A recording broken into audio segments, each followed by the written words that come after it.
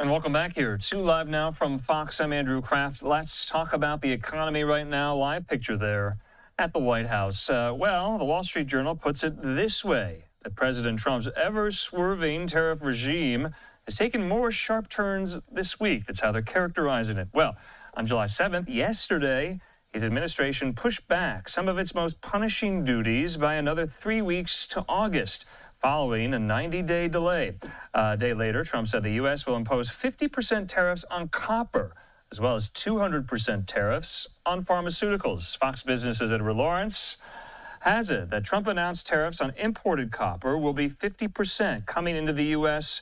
He says additional protectionary tariffs will be added on pharmaceuticals and semiconductors soon. So we're seeing literally industry-specific tariffs about to go into effect now that this 90-day pause will come to an end tomorrow, though for some, that pause has been extended to August the 1st. President Trump also posting on Truth Social this today, as you can see, from the Trump War Room, saying, "We will be releasing a minimum of 7 countries having to do with trade tomorrow morning, with an additional number of countries being released in the afternoon." He says, "Thank you for your attention to this matter." So yet another release, I believe, in the form of letters, about 7 countries getting letters sent.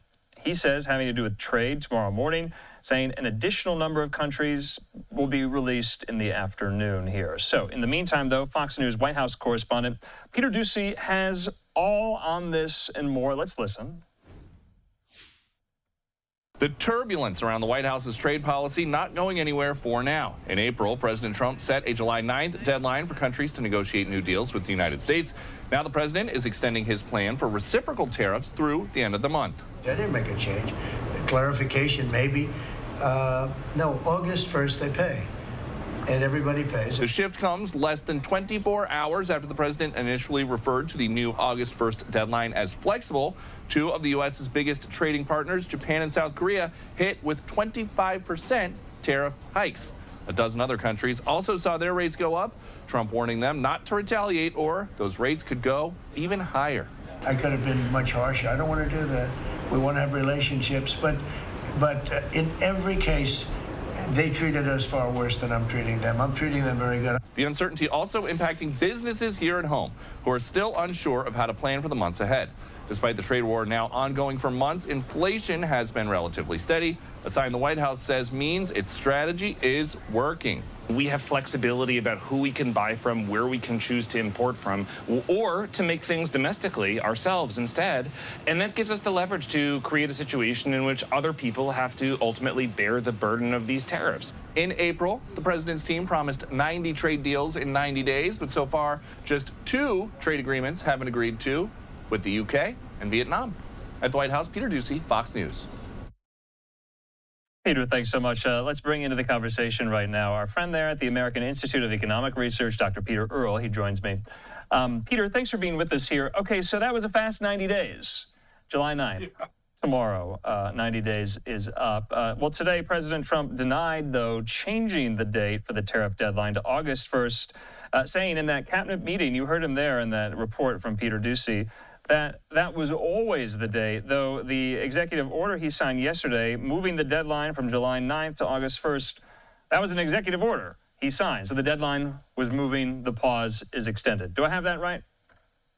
I think so. I mean, that's my understanding of it. I mean, you can describe this as calculated brinksmanship, where tariff threats have become a central tool of the administration's economic foreign policy.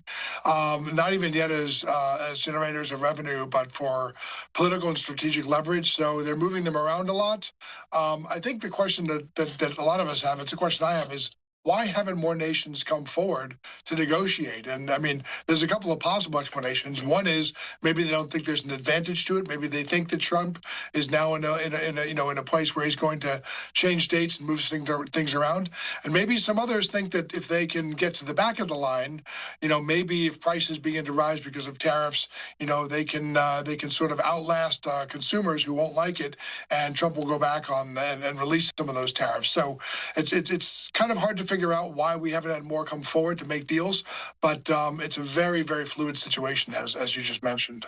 Yeah, Peter, I want to follow up on that. That was a question I was asking myself. Why haven't more countries come forward? Why are we only talking about two deals that have been inked in these 90 days between the UK and between Vietnam here? Is it because I'm trying to get into the psyche of some of these countries, almost Sure. 100 of them, is that they will get more time eventually, that these delays will be paused or extended, and that they have unlimited time to work this out? Do you think that's what they're thinking? I don't think they have unlimited time, but they may. Again, they may think that there's no advantage in running, to get a deal done because maybe they looked at the first two deals that were done. You mentioned Vietnam and the UK, and maybe they don't think that those are very great deals. So why would they rush to do that? Another possible explanation is that they may want to look. They may not want to look overly conciliatory or weak. They may want to do that, and also, we have to remember that at the same time as this is going on, many nations, Trump has been paying a lot of attention to the BRICS, the expanded BRICS nations lately. Many of them are trying to make bilateral and multilateral deals of their own. So maybe some of them are saying, if I can just put off, this for a month or two, I might get a better deal or get at least, something akin to a good deal, with a group of other countries. Yeah, of course, each and every one of these countries, they have their domestic politics that they have to contend with. They have constituencies that they have to cater to. You mentioned BRICS, though. Trump yesterday threatened an additional 10% levy on countries siding with BRICS. Those are not countries within that alliance, but those that side with it, or the countries within the alliance themselves, like Brazil, Russia, India, and China. So I thought that was interesting. Let's get country specific here. Trump's going after South Korea and Japan. Why those two? They're our allies. South Korea is a little bit of a mystery, but Japan, Japan is a very export-dependent country. It's a giant island. Most of their trade relies on exports, and I have a feeling that it's sort of a proof of purpose, right? If they can make a deal with Japan, I think they feel they can make deals with other countries, and it's a country that especially for someone Trump's age, and I mean, I was a teenager at the time, but I mean, I remember this view in the 80s that Japan was going to take over the world. And I wonder if there isn't still a little bit of that, going on in some of these policies where it's viewed that, Japan is still this competitor, certainly not on par with China, but I have a feeling that a lot of it has to do with trying to make our relationships in the Pacific Rim, Australia, South Korea, all that, not only military ones, but also economic ones. And part of that Trump would see as, making sure that we have a trade surplus with them. Yeah, I just lastly on South Korea and Japan, rates set in the letters that have gone out there so far have ranged from 25% to 40%. They're generally in line with the original reciprocal rates set out in April. Both Japan and South Korea, according to the Wall Street Journal. To your points, they together export millions of cars to the United States, face 25% tariffs, according to the letters there. And we know, according to the president, more letters to countries are going out tomorrow morning.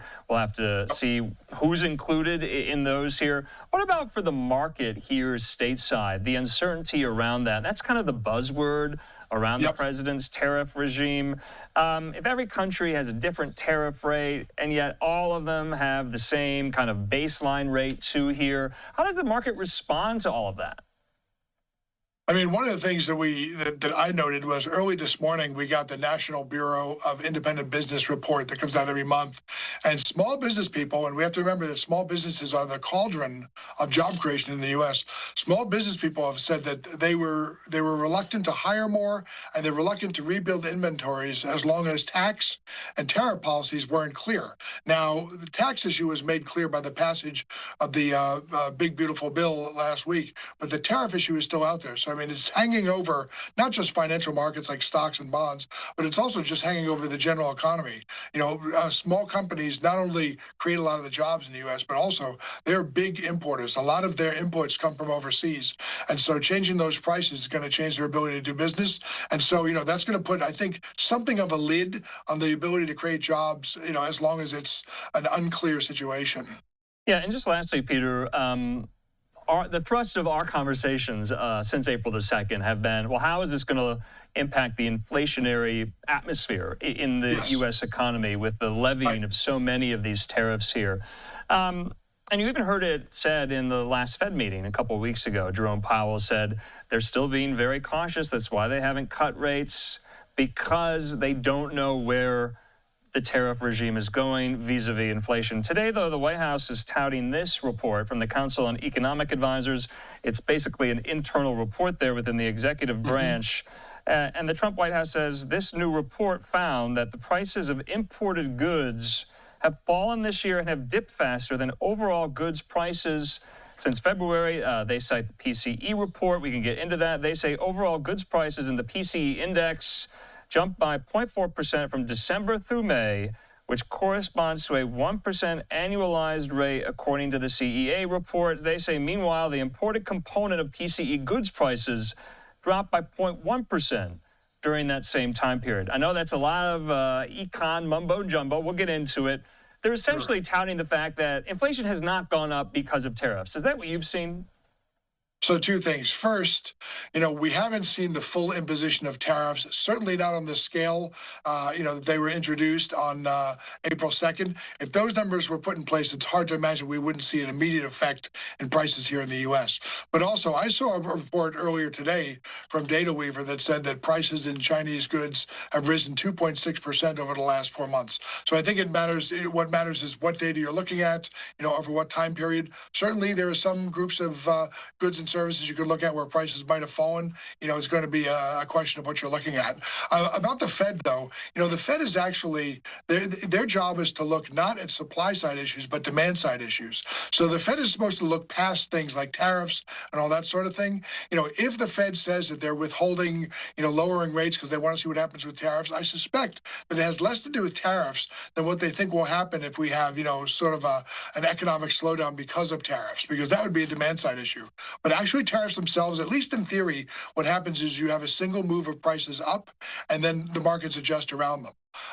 But I mean, again, the Fed's independence has been assailed lately. They might also be trying to prove a point politically, but they should not be. Prices rising because of tariffs are not something the Fed should be responding to necessarily. All right, Peter, Earle, we're going to have to leave it at that. Peter, always good to see you. I'm sure we'll be talking soon. Have a good night. Have a good night.